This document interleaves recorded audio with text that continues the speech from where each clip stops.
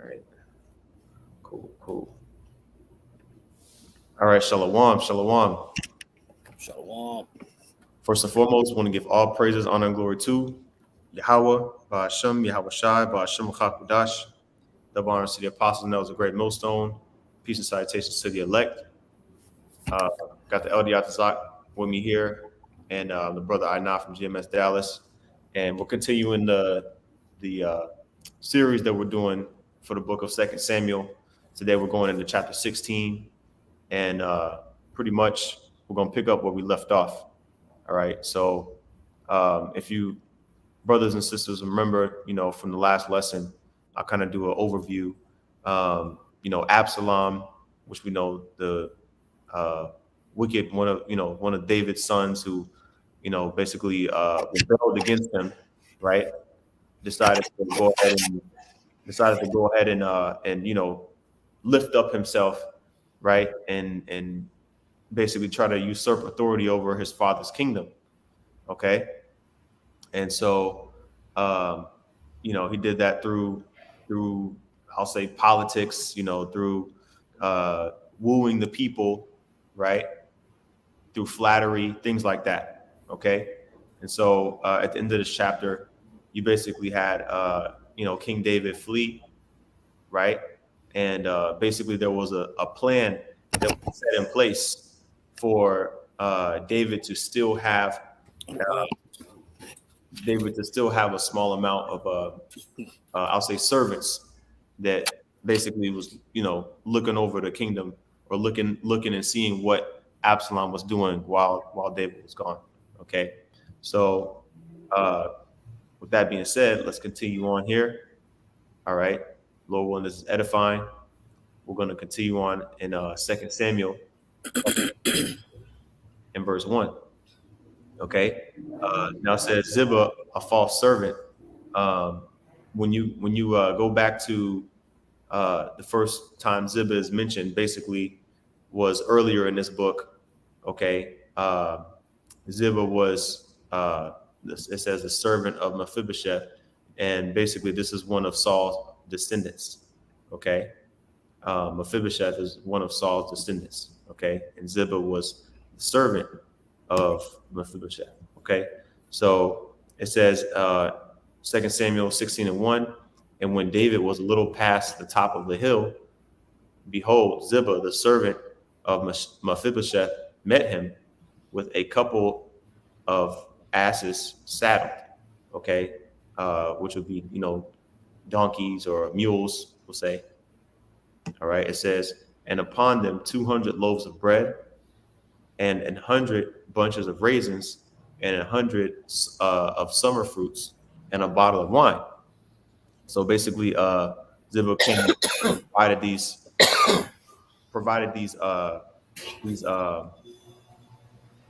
what's the word? Substance, right?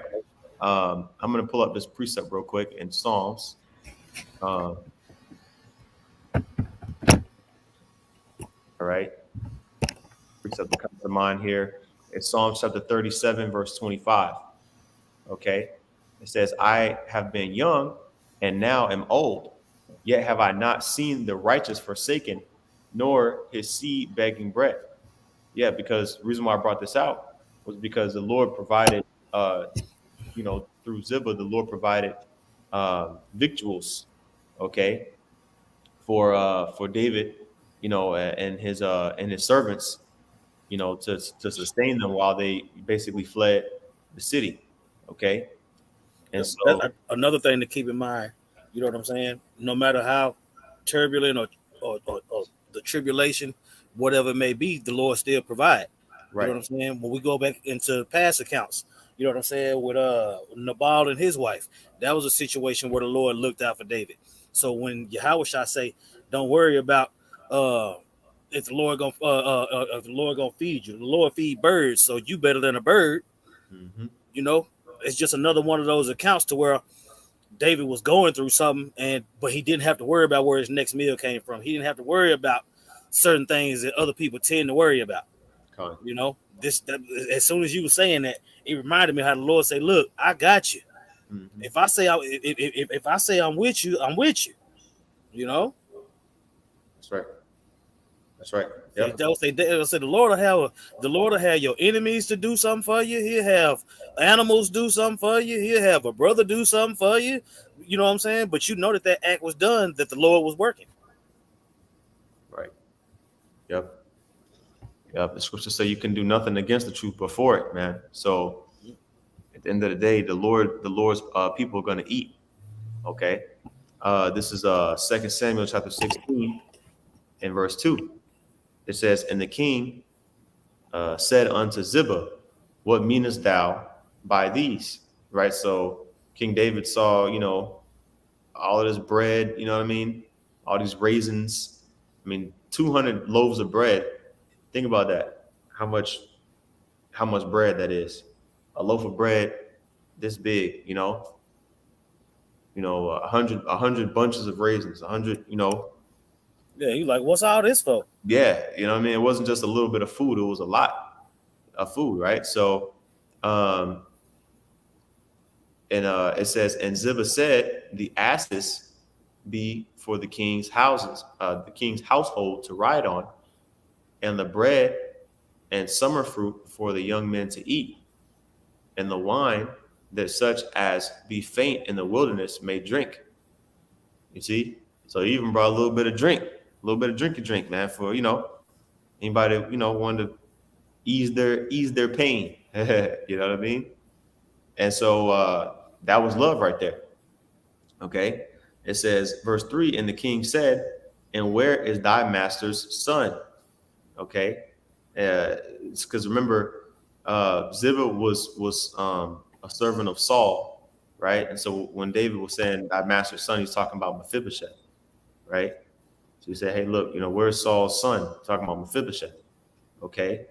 It says, and Ziba said unto the king, behold, he abideth at Jerusalem. For he said, today shall the house of Israel restore me the kingdom of my father. Okay. So also, I want to say another thing. Mm-hmm. You're going to notice throughout these accounts, other precepts. You know what I'm saying? Mm-hmm. Now, here it is. This plan, you don't hear a Lord willing before it. Mm-hmm. You see? And you start to see all these different things tally up. You start to see all these offenses tally up. And then, boom, here comes the judgment. You know what I'm saying? So they make their plans. They doing this. They doing that. But it's never within what the Lord wants. Mm-hmm. Go ahead. Mm-hmm. Yep. And I'm gonna actually read this part here in the NLT, just to kind of get a little bit more common deal, right? All right. So it says, here we go. 2 Samuel 16 and 3 in the NLT.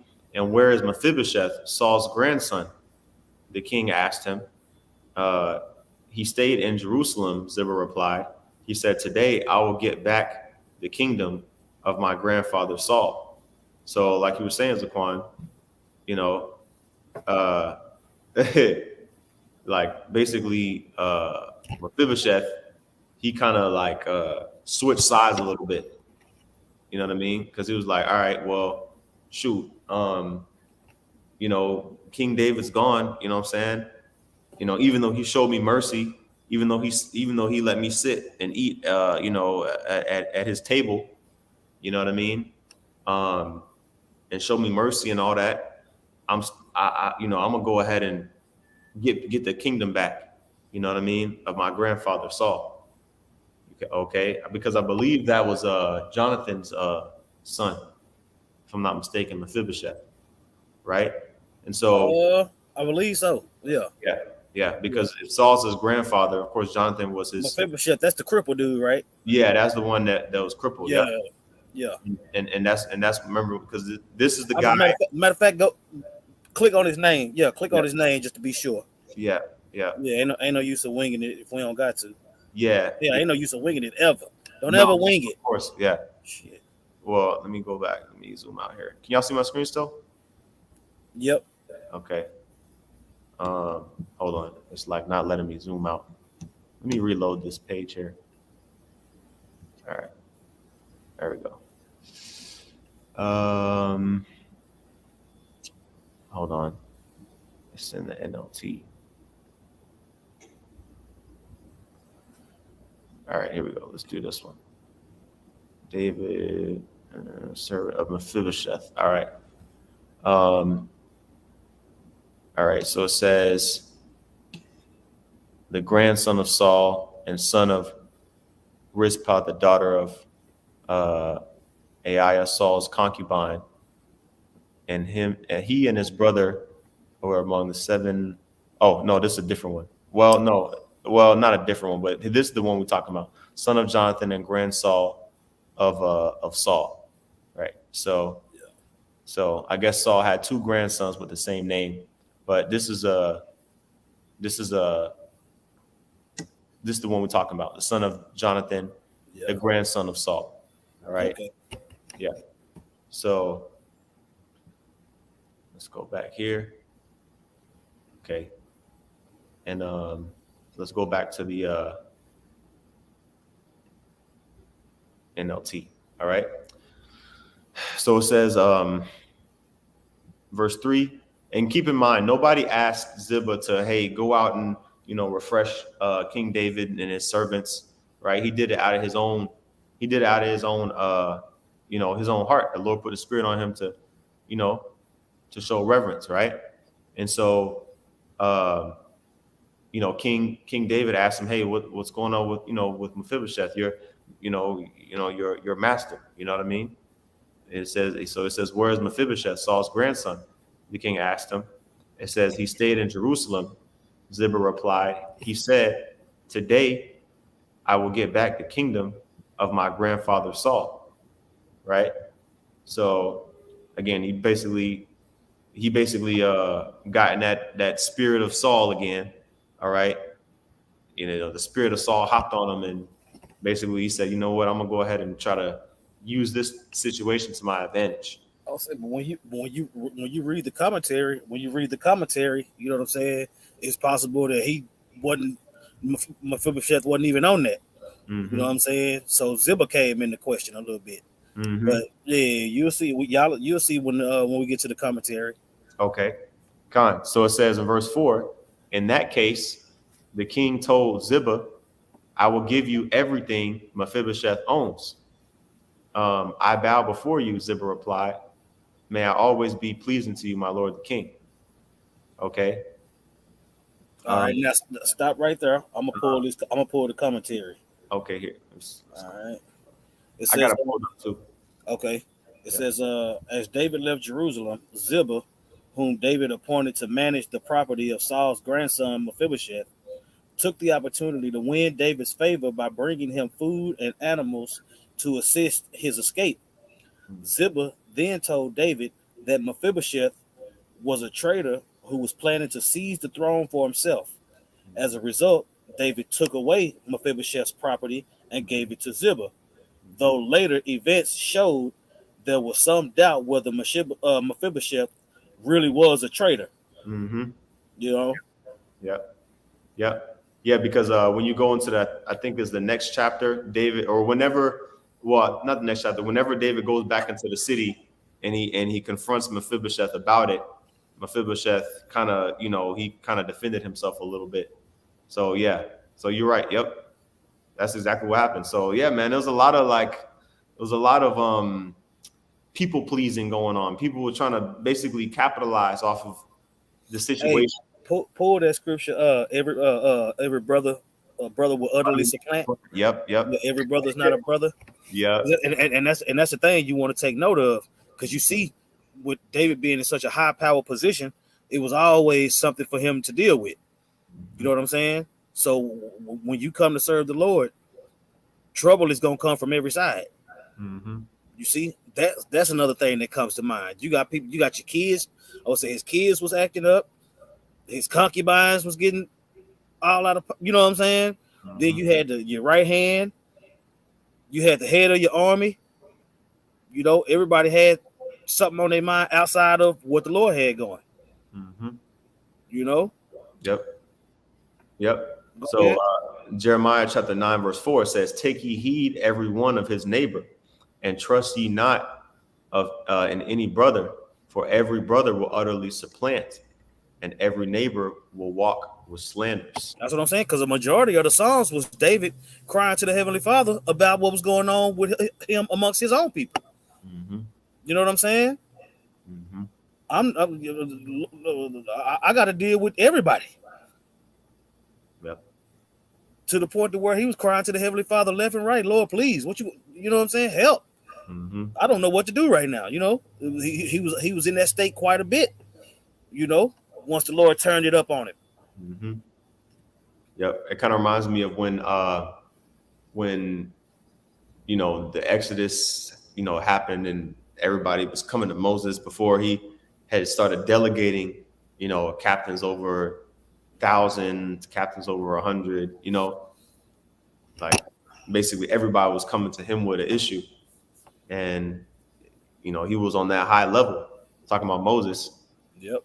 You know, well, King David, he pretty much was in a very high situation, high position as well, where he had to constantly judge situations, right? So people were trying to take advantage of him. And I'm saying this on some Game of Thrones type stuff. Yeah, yep. Yeah, Esau don't make up everything out of his own creation. I mean, you know, a lot of this stuff comes from the scriptures, man. Yeah, I would say you got a spirit. I would say you have quite the spirit on you if you're trying to plot on the king. Yeah, kind. Yeah, you gotta have a bold spirit on you to kill the king, man. Yep. So that's why it titles this part here.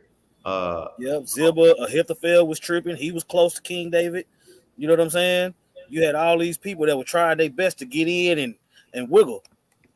And it's the same thing today, man. It's the same thing today, man. Spiritually, you got demons that'll jump on brothers that'll try to, you know what I'm saying? That'll turn a brother left that you've been dealing with for years. You know what I'm saying? Y'all like Ella Ariana said, y'all done ate so much chicken together, y'all done broke so much bread in the scriptures, y'all done all these things, and then all of a sudden now you the devil and he not. Mm-hmm. Go ahead. Yep. This is Ecclesiastes chapter 7, verse 7. It says, surely oppression maketh a wise man mad, and a gift destroyeth the heart. Look up that word oppression. Mm-hmm.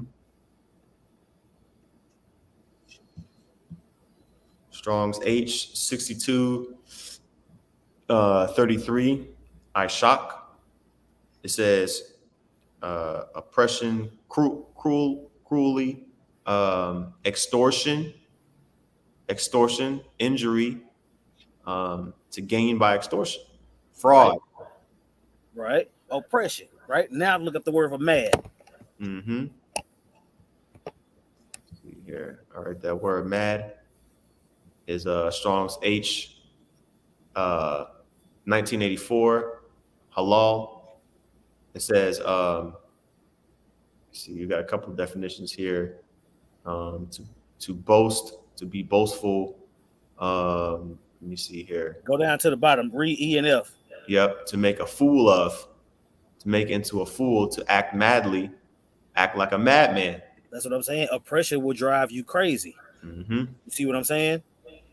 Oppression will drive you crazy. Yep. It is what it is. You see? And being oppressed, I would say, bro, let that sink in. The king was being oppressed. Mm. You know what I'm saying? As punishment for his disobedience, for one.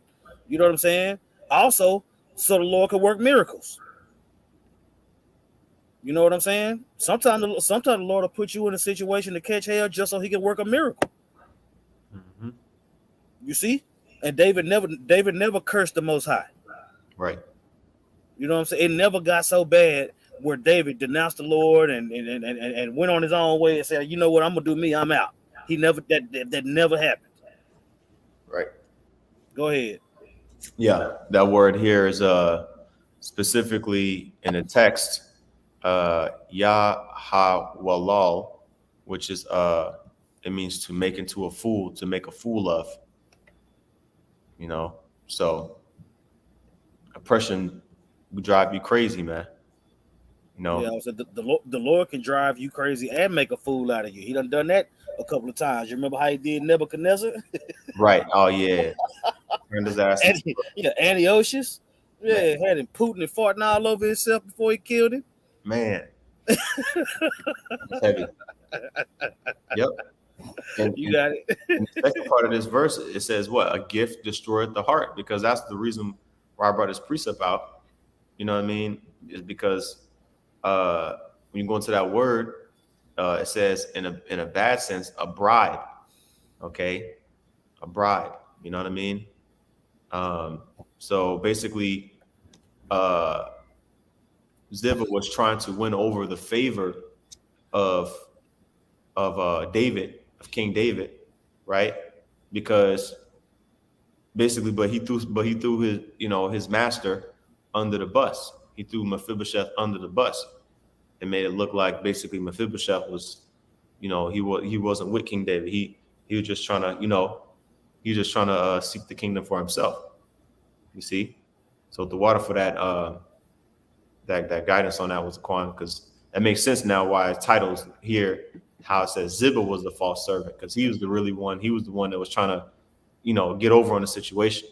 Yep. And the thing is, even though he was using those gifts, for his own motives, it didn't have nothing to do with looking out for the king. You know what I'm saying? It just so happened that the king needed those things due to the situation that he was in. Mm-hmm. So it all worked itself out, showing you that the Lord controlled both sides. Cut. Yep. You got it. Yep. So all right. So next part of the chapter is this part here, 2 Samuel chapter 16 and 5. It says, and when King David came to Baharim, behold, thence came out a man of the family of the house of Saul. Now, real quick, I want to get Baharim, location of that city. Strong's H980, Baharyam. Okay. Let's see here. Young men's village, a town in Benjamin between Jerusalem and Jericho, beyond the Mount of Olives on the way to Jericho. So it seems like David kind of may have maybe been going to Jericho on his way there. Do I got the map pulled up? Let me see. I don't know if I still got this map. Let me see if I got anything here. Okay, so you got Jerusalem. I know it's kind of pixelated a little bit, but you got Jerusalem here, which is right here on the border of the tribe allotment of Benjamin to the north, and then to the south you have the land allotment of Judah. Jerusalem is situated right in between, okay, those two tribe allotments, and then you have Jericho to the east. I believe we went into on the how the Mount of Olives is located outside of the city of Jerusalem to the east. And so in between Jerusalem and Jericho, you have this city, Bahurim, somewhere in between here. So that's where this is happening, right? So just to kind of get that visual, and by the way, you can see according to this, it's in the land of Benjamin, right? Which we know that King Saul was from Benjamin. So of course you had scoffers that was fans of King Saul. If voting was a thing back then, they would have voted for King Saul, right? So of course they're not a fan of this guy specifically. What was this dude's name? This guy Shimei. He wasn't a fan of King David, right? Because why? His family he was of the house of Saul. That's why. Okay. So same thing today. Spiritually, you have those that are of the house of Saul spiritually, and those that are of the house of David spiritually. So, you know, you're gonna have somebody that's, you know, not of the elect. They're gonna, you know, they're going to be at odds and at variance with the elect. Okay. So it says, behold, thence came out a man of the family of the house of Saul, whose name was Shimei, the son of Gera. He came forth and cursed still as he came. Right. So he was look up that word cursed. Man, yeah. See if the F word or the B word or the MF word. Right. See if any of those come up under the word curse. Right. Yeah. No. Well, I think we got this word last week too. Strong's H7043 qualal, which is the opposite of palal. Okay. Because palal means to pray. Okay. And then qualal means to curse. Okay. Oh, I say, and a curse is a prayer. Right. It's just a prayer for the Lord to do harm. Right. Exactly. Just like a prayer is a prayer for the Lord to do good. Yep. And then halal is praise, like we say, call halal all praises, right? Call halalyum really would be all praises. Call halal is all praise, right? And then you have qualal, which is the curse, right? As you can see here, curse. So it says to be trifling. Yeah, I think we did. Man, no, that was a trip. Yeah.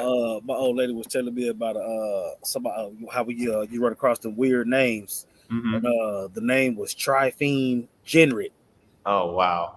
Yeah, and I was like, that sounds like trifling degenerate. Right, man. Say. Hopefully that's not a nomen omen. They just didn't know how to spell it. They just said, you know what, just name him Trifine. Nah. Oh man, I got a kick out of that one, boy. Yeah, so I believe it's this one here. Yeah, this one here. 2 Samuel. Yep.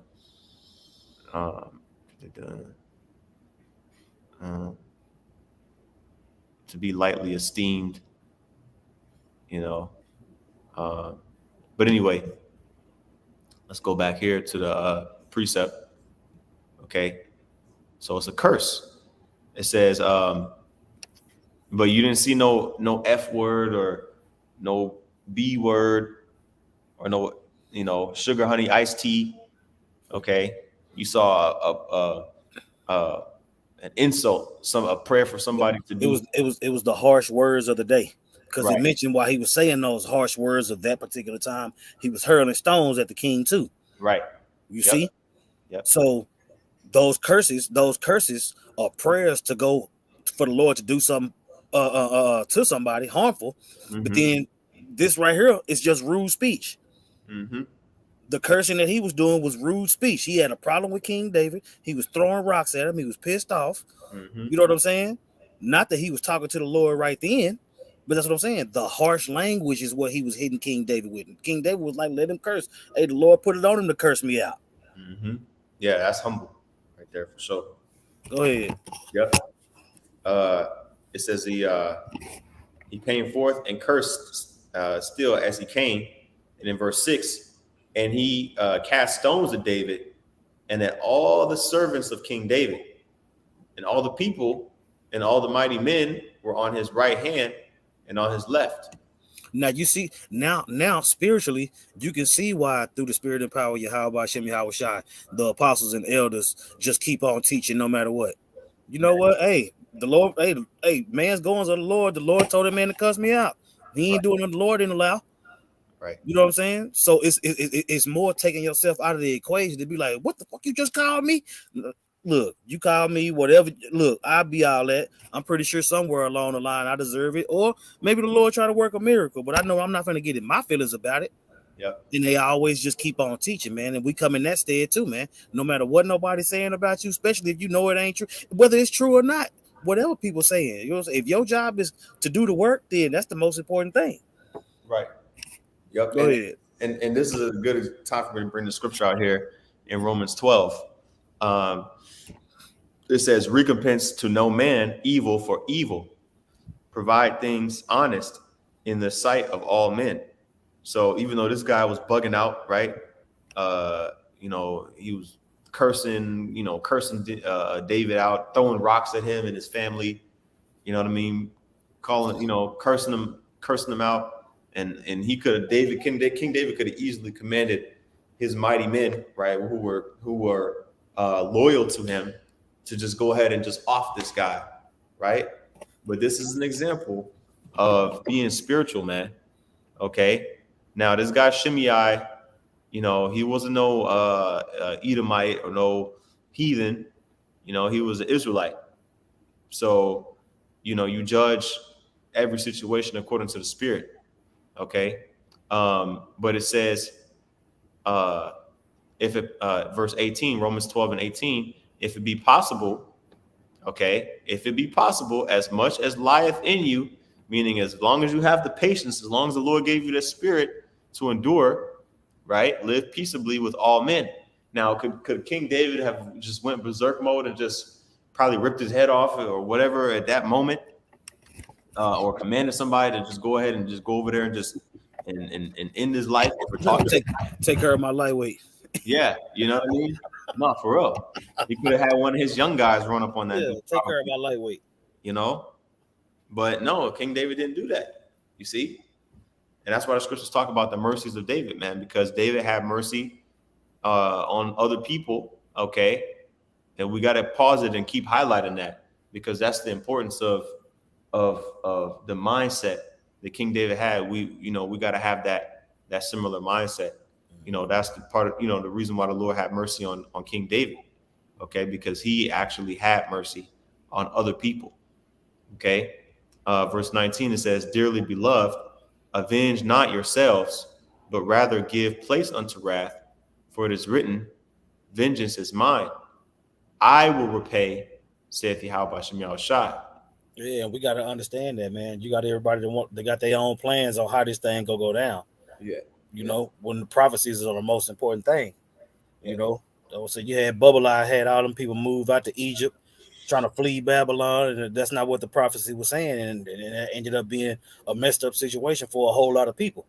Yep. You know, so you want to make sure that you getting into this word, and you looking at. Matter of fact, get that occupied in prophecy. Okay. Yeah. Apocrypha. Yeah. Sirach 39. I got you. Yeah. The prophecies, I would say the prophecies are what indicate what's coming next or what times we in and all that.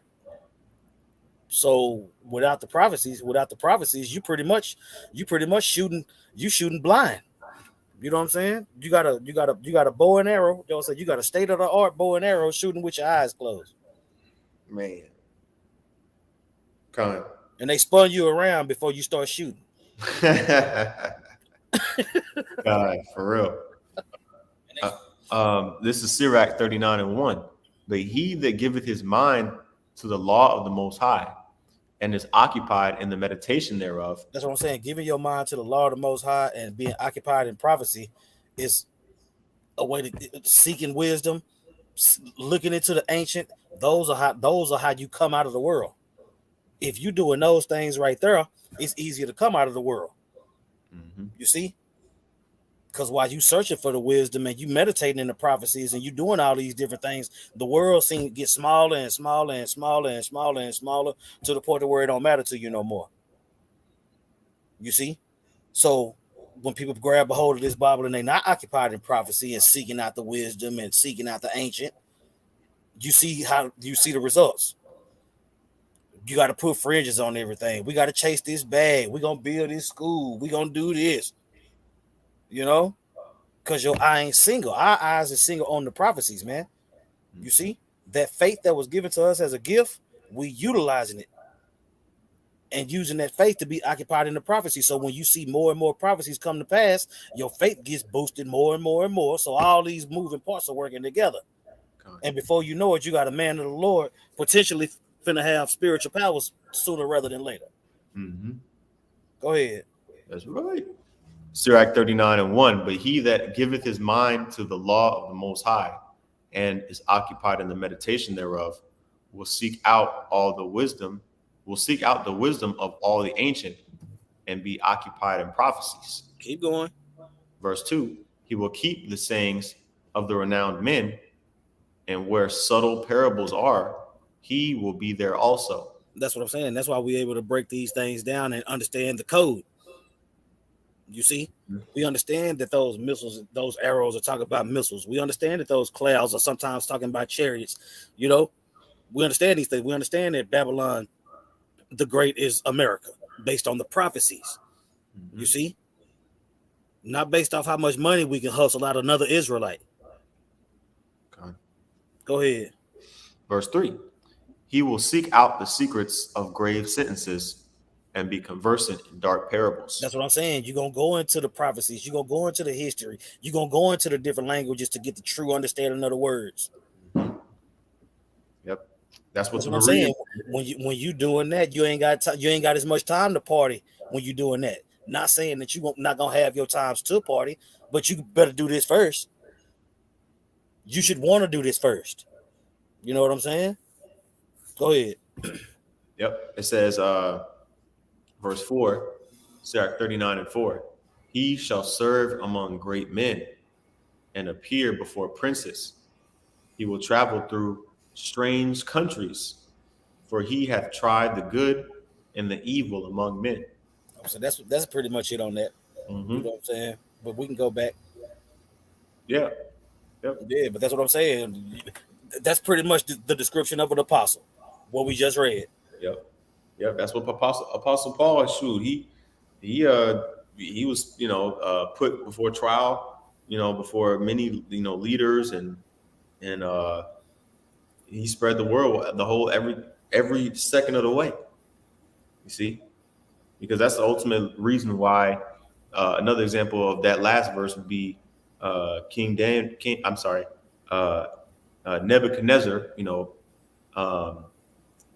Basically inquiring of Daniel, for the interpretation of the dream. He actually inquired of Daniel to interpret a dream, basically, that the Lord had gave him, right? Because why Daniel was occupied in prophecies. Okay, so the Lord made him to go and appear before princes and great men, right? So going back to this 2 Samuel chapter 16 and verse 7, it says, and thus says Shimei when he cursed, come out, thou bloody man, and thou man of Belial. Right? So he was, talking smack to King David. That's what I'm saying. No curse words. It was harsh language. Yeah. Calling King David a bloody man. You got blood on your hands. Get out here, you devil. Yeah, yeah. You got blood on you, you bloody hand devil. You're chucking rocks. That's what I'm saying. The harsh language of that time. Not once in this passage did Shimei face the east and ask the Lord to curse King David. Right. You have to be able to understand those and the context of these scriptures when you see these words. You see?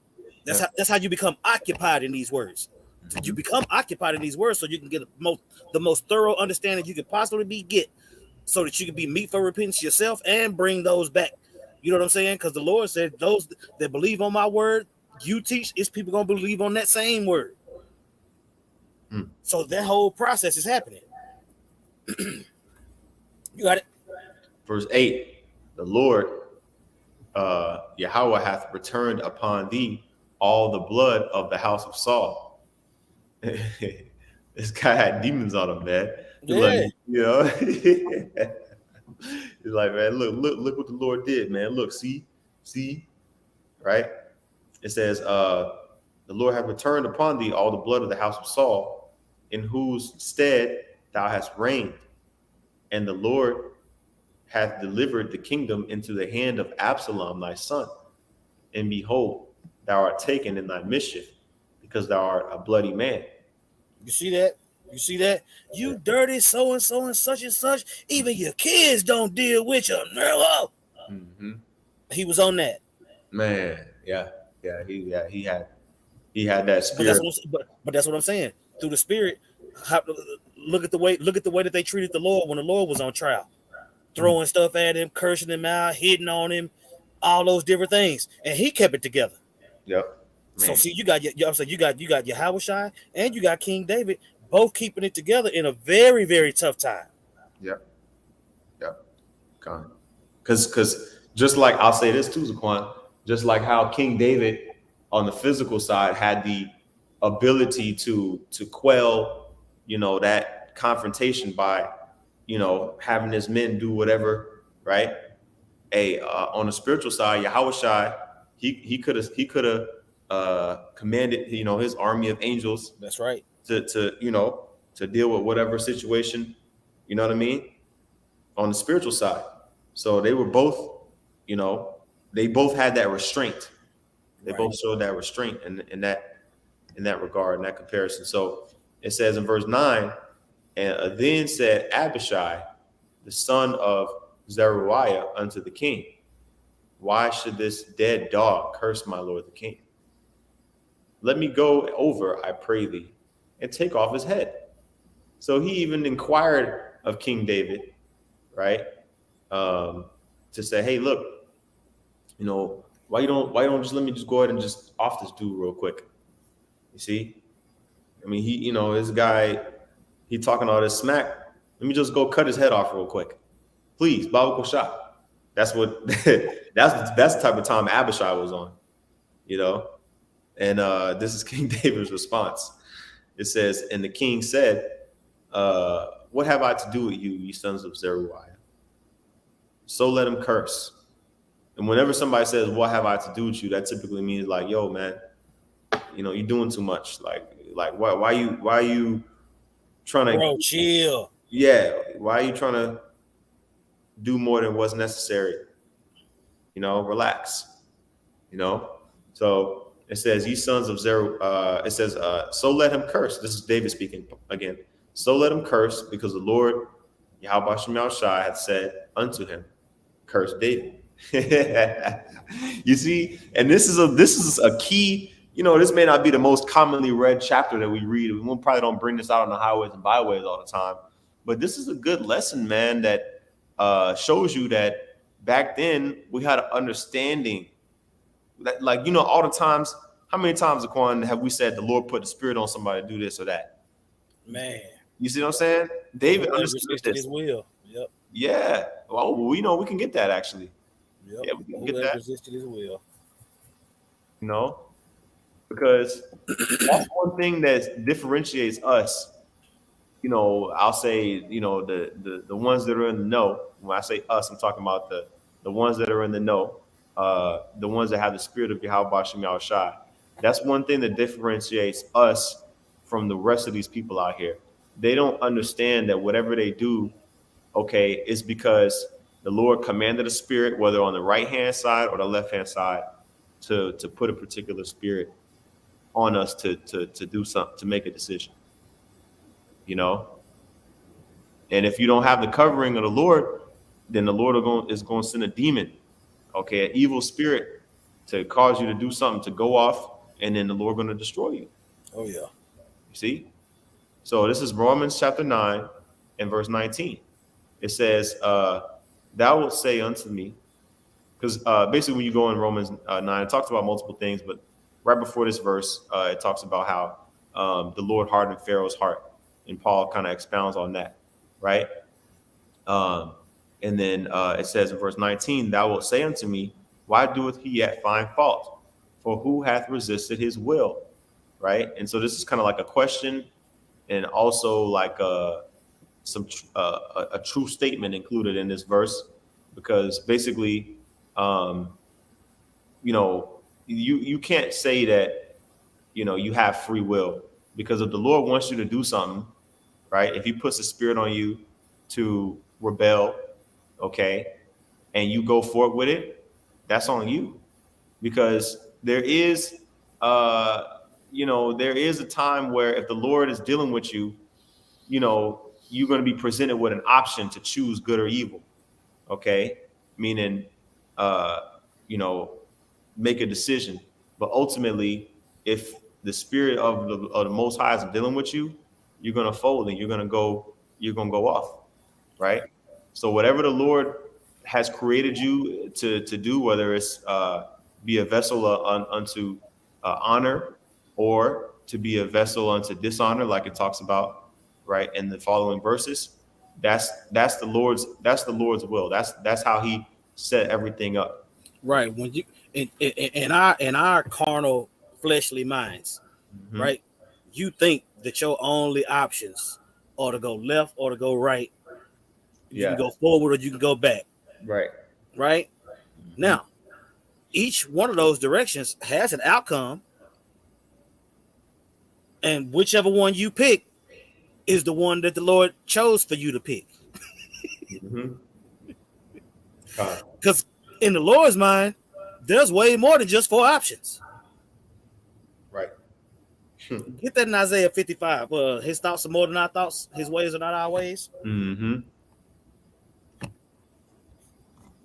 So there is no free will. You might think that's what I'm saying. The thought of free will is an illusion. Right. That's it. You know what I'm saying? Because there's no decision that you can make that's gonna have the Lord scratching his head and having to figure out something extra, and he pull out the eraser and blow everything off and got to start over. That'll never happen. Right. Yeah. And if that's something that's too hard to understand this. When you look in the mirror, that's not another you. That's just an illusion. That's just a reflection of who you actually are. Right? When you make a decision, it seems like you're the only one involved, but there's more to it than just that decision that you make. There's more to it than just, okay, I decided to eat pancakes today instead of a bowl of oatmeal. Like everything we do, right? This whether it's voluntary or involuntary, in a roundabout way, it kind of almost is involuntary because the Lord, he's beyond time. So he already knows what we're going to do. Right. See? So this is Isaiah 55:8. For my thoughts are not your thoughts, neither are your ways my ways, saith the Lord. Yeah, because that's how, I mean, come on. The Most High is able to put words in men's mouth to prophesy, say things that's going to happen, and they just so happen to become fulfilled. No, it's not just happenstance. It's because there's a higher power in control of something that you can't see with your bodily eyes. I'll say after that, after you get done with this precept, go to Job 33. Okay, Con. All right. Job 33. Like 15 or 16. Okay. Finish that. Yeah. I was gonna say this is a little bit more in this Isaiah 55. Yeah. Isaiah 55 and verse 9, it says, "For as the heavens are higher than the earth, so are my ways higher than your ways, and my thoughts than your thoughts." That's what I'm saying. Like I said, the Lord ain't erasing nothing and blowing out the paper. Hell, we even got a precept in the scriptures talking about how we hardly guess it right. You know what I'm saying? Trying to outthink the Lord. Okay. You know, so all those precepts come together. So once you have an understanding that the Lord, the understanding you do have was given to you, it humbles you. You know? You got it. Yep. Yeah, man. So that's it on that. Yeah, that's heavy. Going back to, going on to Job chapter 33 and verse 15. Matter of fact, you don't got to keep on reading down in the last precept, but when you read further down in Isaiah, it talks about how the Lord's word ain't gonna come back to him void. Oh, right. Yep. You see, it talking about how the Lord. Go ahead and read it. Verse 11. Isaiah 55:11 says, "So shall my word that goeth forth out of my mouth, it shall not return unto me void." You see that? So that's what I'm saying. How we could say that World War III is inevitable. How we could talk about the MOTB. Yeah. That's because the Lord put that energy out there, and it's not gonna come back void. That MOTB is gonna be forced on people, and it's precepts all throughout the scriptures that go into that. You see, it ain't nothing nobody can do to stop it. You know what I'm saying? If it was free will, you would think Esau would be able to stop and say, you know what, I got enough. I got everybody groveling, eating out my hands, down on their knees. I got this. I'm just going to chill. But since there's no free will, he can't stop because the prophecies say that he's going to eventually destroy himself. And all his allies are going to turn against him. And then the Lord is going to finish him off. God. Yep. There's nothing that anybody can do to stop that. Yep. So there's no free will. Go ahead. That's right. It says, "But it shall accomplish that which I please, and it shall prosper in the thing whereto I sent it." So once you can wrap your mind around that, it tends to make you more of a believer and more obedient in what the Lord got going. You don't want to be a part of all that other stuff that's coming. Go ahead. Man, hey, that kind of reminds me of Jonah and the fish. You know what I mean? Yeah. Oh yeah. Jonah was like, nah, the Lord's word it's gonna return void. You know what I'm saying? I'm gonna flee from the voice of the Lord. I'm gonna go to Tarshish. You know what I'm saying? And the Lord was like, nah. If back to square one was a person. Man. For real. It's a Job 33 real quick. I know we still got some good amount left in 2 Samuel. This is Job 33 and verse 15. Okay. Well, damn. That's it. You can start right there. Okay, all right. This is Psalms 33 and 15. In a dream, in a vision of the night, when deep sleep falleth upon men, in slumberings upon the bed, right? Then he openeth the ears of men and sealeth their instruction. Yep, like that movie Inception, you know. And that's what I'm saying. When you sleep, bro, you are never more vulnerable than when you sleep. Yeah. You know what I'm saying? So that's when the Lord seals your instructions. You know what I'm saying? And you wake up and you do what you do. You know what I'm saying? I hope my charger is out here. Let me see. I hope it is.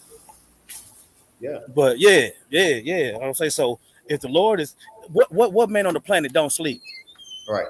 So if the Lord controlling you while you sleep, then guess what? You ain't in control. Man. So having said that, you know what I'm saying? You can't help but to be hella humble. You know what I'm saying? Because the Lord can easily, I would say, if the Lord can control you while you sleep and have you doing whatever you're going to do for the next day, then how much more if he got some other plans for you? You know? Man. Yeah, I want to say you are not in control. I want to say the Lord don't sleep. Man.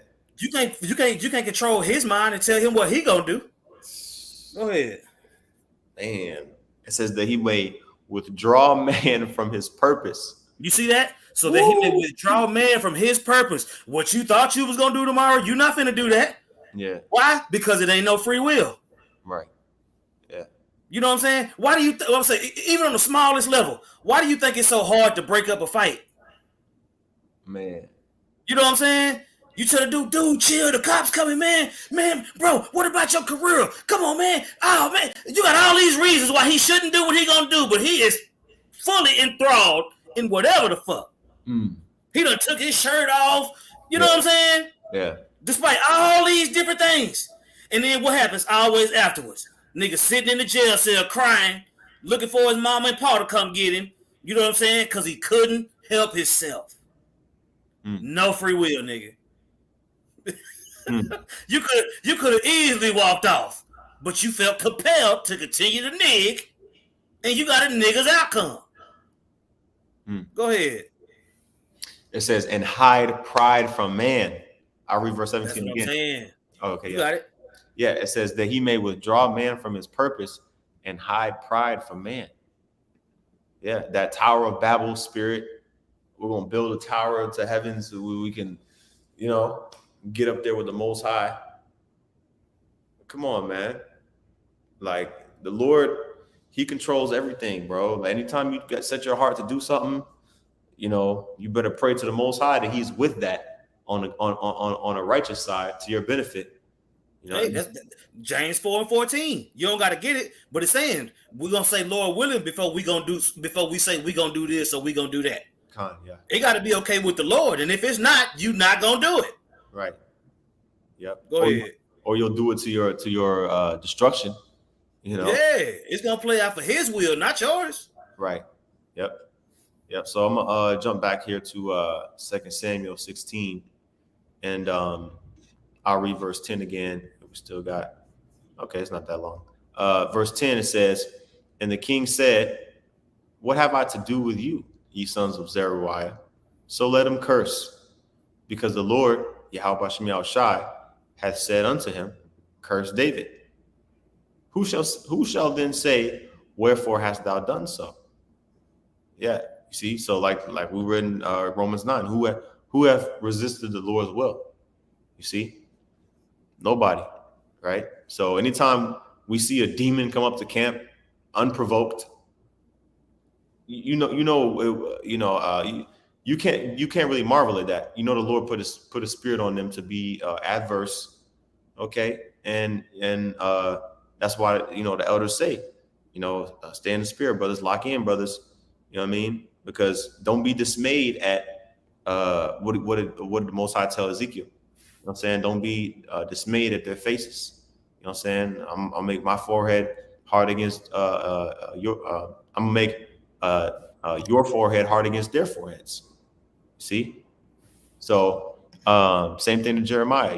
He told him, hey, you're gonna have to gird them up. Yep. All right. So this is second Samuel chapter 16 and verse 11. And David said to Abishai and to all his servants, behold, my son, which came forth out of my bowels, seeketh my life. How much more now may this Benjamite do it? Let him alone and let him curse, for the Most High hath bidden him. That's just like Elder Yahawashi always say, man. He was like, man, forget what these people got to say, man. Can't nobody put us out there on Front Street more than the Most High have. Man, he was completely justified in destroying us. You know what I'm saying? So the Lord having us out here the way He got us out here, can't nobody do nothing worse to us than what the Lord did. Man, you know what I'm saying? So at the end of the day, because even in the commentary, it mentions something to the effect of David might even had it in the back of his mind. Well, shit, I did sin against the heavenly Lord. Maybe He cussing me out for that. Mm-hmm. Yeah, you never know. You never know. Yeah. But at the end of the day, you need to understand that the Lord is in total control. Okay. Go ahead. Verse 12, it says, it may be that the Lord, Yahawah will look on mine affliction, and that the Lord will requite me good for his cursing this day. You see? Because David believed in the Most High. So he prayed, right? And whenever somebody cries to the Most High against you, as somebody who's persecuting that man, all right, and that man is justified, in pleading to the Most High for relief from you as somebody who's persecuting an individual wrongfully, then the Most High is going to take sides, man, and you don't want to be on the side that the Most High is taking action against. Okay. And so it says, verse 13, it says, as David and his men went by the way, Shimei went along with the hillside over against him and cursed as he went and threw stones at him and cast dust. Right. So David, he pretty much he ate that. He bore that affliction because at any point he could have just said, he turned the other cheek. Yeah, that's an example of that. But you got to be spiritual, man. Like every time somebody threatens you, this doesn't just mean okay, you would just invite somebody to punch you in the face, right? But it's like, what could David have done in that situation? Okay, he was already fleeing. He couldn't just walk away. He wasn't even bothering that guy. This guy Shimei came up to David and started, putting hell on David. And David understood that, okay, indirectly the Lord is, basically judging me because this guy Shimei is, right. And he took the Lord because he could have easily been like, nigga, the house of Saul. Nah, nigga, the Lord ripped the house away from King Saul and gave it to me because I'm obedient. He did not do that. Right. Yeah. He did not do that. Right. Yep. Yeah. So that's what I'm saying. It's all about what the Lord wants. And that's one thing that David, he constantly understood. You know what I'm saying? He would always think first, okay, what is the Lord doing? And he came to that conclusion. You know what? Let him curse the Lord. Hey, you know what? It might be something y'all don't know nothing about. You know what I'm saying? The Lord put it on him to do that. So I'm going to leave it alone. Go ahead. Right. It says in verse 13, Actually, that's verse 13 already. Verse 14. And the king and all the people that were with him came weary and refreshed themselves there. Okay. Let's see here. That's what I'm saying. You see that? It said the people that was with him became weary and refreshed themselves there. Now, if he got pissed off and blew up the spot and put it on Shimei, that probably wouldn't have been able to happen.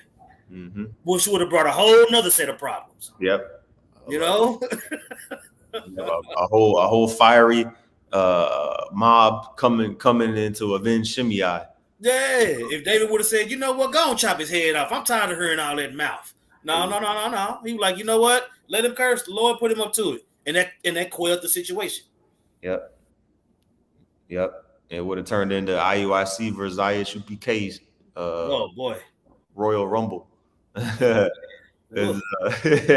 Samuel 16 and 15, it says, and Absalom. So now we kind of changing the scenery a little bit here. So this is the second half of the chapter titled Absalom enters Jerusalem. Okay, because you got to remember, David fled Jerusalem before Absalom could get there because he figured that Absalom was going. Because remember, he crowned himself. Remember last chapter in chapter 15 for you brothers that remember, Absalom reigneth in Hebron. That was the whole, he had the whole trumpets and the whole, big thing going on to where basically he was crowned in Hebron, right, which is located in Judea. Okay, and basically he marched his ass on up to Jerusalem to go ahead and usurp authority, to find that the king had already vacated the throne, so to speak. Okay. And the king had spies in his camp too. Right. Yeah. They let him know to get up out of there. Yep. So at the end of chapter 16, basically Absalom had made his way into the city. Okay. So now we're going back to what's going on in Jerusalem. All right. It says in verse 15, and Absalom and all the people of the men of Israel came to Jerusalem, and Ahithophel with him. Okay. Now let's go back to chapter 15 real quick, just to refresh these names. All right. Okay. You got Hushai. Okay. And then you have Ahithophel. These are two key names in this situation, because Ahithophel was a counselor. Okay, we went into it last week. I'll pull it up again.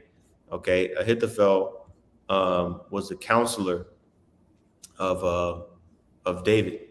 Okay, he says a counselor of David, right? Grandfather of Bathsheba, who joined Absalom in the revolt against David. Okay, now so he would be considered an elder. Okay, talking about Ahithophel. Okay, he was a chief counselor of King David, and he ended up switching sides, or pretty much switching sides and taking advantage of that situation. All right, and then you have Hushai. Okay, Hushai was a loyal friend to King David, and basically King David used I'll say used Hushai in a good way. Hushai wanted to help King David, and King David said, hey, look, if you want to help me, basically go into the city and tell me, what's going on. You know what I mean? So these are two key names to remember. Just kind of wanted to do a refresh. All right, so when we go back here to 2 Samuel 16, all right, you got Absalom and Ahithophel coming into Jerusalem. All right, verse 16 says, and it came to pass when Hushai, the Archite, David's friend, remember, the one that David talked to outside of the city, said, hey, look, go back and tell me what's going on, and then you just send a report, so that way I can know what's going on without having to be in the city, right? So it says, and it came to pass when Hushai the Archite, David's friend, was come unto Absalom, that Hushai said unto Absalom, God save the king. God save the king, right? So Hushai was acting as if he was on Absalom's side. He was kind of playing dumb, like, oh, I don't know, like, what's going on between you and your dad. I'm loyal to you, right? He was acting as if he was a part of that conspiracy of individuals that was just oblivious to the fact that the Lord is dealing with King David, all right? And basically, he was able to kind of deceive Absalom into thinking that he was on his side, right? So Absalom, verse 17, and Absalom said to Hushai, is this thy kindness to thy friend? Why wentest thou not with thy friend? Right? So Absalom saying, hey, look, I know you and King David was cool. I mean, his other servants went with him. Why didn't you go? Right? In verse 18, it says, and Hushai said unto Absalom, nay, but whom the Lord and his people and all the men of Israel choose, his will I be. And with him will I abide. So he played on those demons that was in Absalom's head, because Absalom really thought that basically like it was meant for him to rule on the throne, you see, which is why he took it into his own hands. Up until that point, he was able to get away with all the BS that he had committed. He killed his brother. He fled, to the land of the Philistines, right? Several accounts of adultery with that thing he did with his father's concubines. Oh yeah, it's gonna get to that. In this chapter, I believe it goes into that in detail, right? So all these things that Absalom, that rap sheet that Absalom built up, right, basically led to a point to where wisdom, what does it say? It cannot enter into a malicious soul. So he didn't have that wisdom to say, nah, this guy Hushai, he's lying. You see, he's really just he didn't have that. The Lord took that ability to discern the fact that Hushai was really still down with King David. Okay. So just kind of keeping that in mind, right? And so Absalom believed him, right? So it says, verse 19, this is Hushai continuing on in this part here. And again, whom should I serve? Should not I serve in the presence of his son? As I have served in thy father's presence, so will I be in thy presence. You see, so that flattery, flattery pretty much deceived Absalom. But guess what? That's what he gets, because he was using flattery to deceive everybody else. Yep. So the Lord gave him a taste of his own medicine. It got supplanted. Yeah. You see? Right? So it says in verse 20, then said Absalom to Ahithophel, give counsel among you what we shall do. Okay. So he trusted him, right? Ahithophel, I'm sorry. This is Ahithophel, right? So this is the counsel of David, right? The guy that switched sides, okay? But basically wanted to leave this point, let this point be made that Hushai basically, I'll say, was accepted into, fold. Yeah, he was accepted into the fold. I'll say it like that. All right, so now Absalom's saying, all right, Ahithophel, you the counselor, tell us what we need to do, right? Verse 21, I think there's a couple verses left. Yeah, it says, and Ahithophel said unto Absalom, go in unto thy father's concubines, which he hath left to keep the house, and all Israel shall hear that thou art abhorred of thy father. Then shall the hands of all that are with thee be strong. All right. So basically, Ahithophel gave him the most wickedest counsel that he could probably think of. Right. And I want to get a little bit of the commentary, see what it says about this here. All right. This is the last chapter here. the last paragraph here in this portion of the commentary. It says, meanwhile, Absalom seized power in Jerusalem, though David's cause was helped when Hushai gained entrance into Absalom's circle of advisors. You see that? You see? So the Lord was with Hushai in that situation. It says Absalom then took over his father's harem, okay, which again, the concubines that was left to keep over the house. It says to demonstrate to all that he was now king, okay? By his shameful treatment of the harem women, he showed his utter contempt for his father, okay?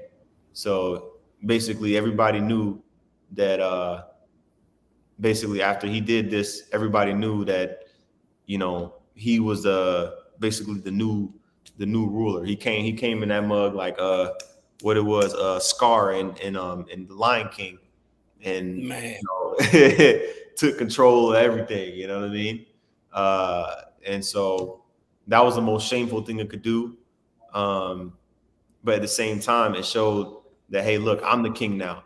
You know what I mean? I was gonna say, finish the commentary. Here's one more line. Oh, okay. Going back to it. It says, this was all carefully planned by Ahithophel. He saw that if Absalom's revolt was to succeed, there had to be no possible chance of a reconciliation between Absalom and David. That's what I'm saying. So he planned. I would say he planned to make sure that it wasn't no turning back. Yeah. You know what I'm saying? Go ahead. Yep. Okay. Well, this one kind of goes into the next chapter. You may We keep. can go ahead and finish up the chapter. We've been going for over an hour. Yeah. So this is 2 Samuel 16 and 22. So they spread Absalom a tent upon the top of the house, and Absalom went in unto his father's concubines in the sight of all Israel. And the council, actually, I must speak on that. So, I mean, bro, like the fact that they did it openly, it kind of fulfilled that, you know, prophecy that what was the name of that prophet? I think it was Nathan, the prophet, you know, that came to David after the Bathsheba situation and told him, hey, look, what you did was done in secret, okay? But I'm gonna display your shame openly. You know, Nathan told that to King David, right? And so this is an example of that shame. You got your own son basically publicly, you know, popping you know, your concubines, you know what I mean, on the balcony of your house.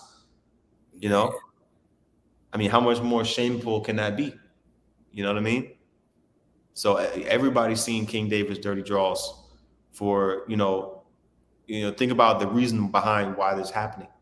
You know, it was for that reason, right? And so last verse in verse 23, in the counsel of Ahithophel, which he counseled in those days, was as if a man had inquired at the oracle of the Most High, meaning basically whatever Ahithophel said, basically that was it. Like you know, like that's the answer. Everybody looked at him as like, hey, this guy, he's the wisest guy, right? And it says, so was all the counsel of Ahithophel, both with David and with Absalom. Okay, so that was basically when Ahithophel told that to Absalom, he didn't think twice. He was like, shit, you my father's counselor.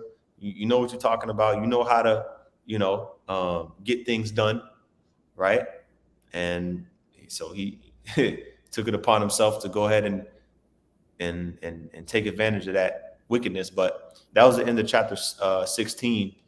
Let me see if there's anything on the comment board. Got a couple of precepts here. Let's see. We got Jonah. Okay, we brought that up in Jonah chapter 3. Okay, I'll bring this up here, and then we can close it out. This is from Bayan Yasharala, Proverbs 20 and 24. Man's goings are of the Lord. How can a man then understand his own way? Yeah. So all of this stuff that's going on was basically premeditated, predetermined, predestined by the Most High, right? He had a spiritual chess match going on in the heavens, because we bring out the scripture all the time, 2 Kings chapter 22, right? Where the prophet basically told the vision that he had of the Lord having a council in the heavens of which spirit's going to go up and persuade this king to go do this particular thing, right? So these things happen all the time. We're talking about the spirit world, you know, the fourth dimension. It's beyond time as we know it. So things go on at a pace that we can't comprehend, you see?